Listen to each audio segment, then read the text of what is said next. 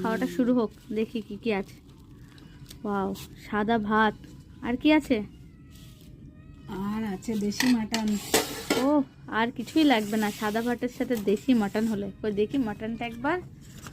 Wow, তো সেই colour. ওই দাও দাও, আলু দাও একটা, আর মেটে।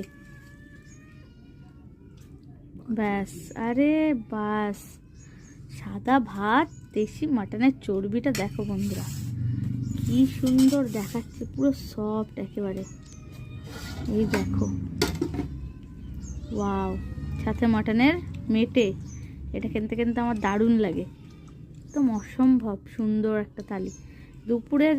মানে কি বলবো, রবিবার হোক আর যে বারই হোক, মাটন আর সাদা ভাত হলে কিন্তু আর কিছুই চাই না। আলুটা দেখো পুরো ওয়েল কুকড একেবারে। ওয়াও, তাহলে আমি খাওয়াটা শেষ করি।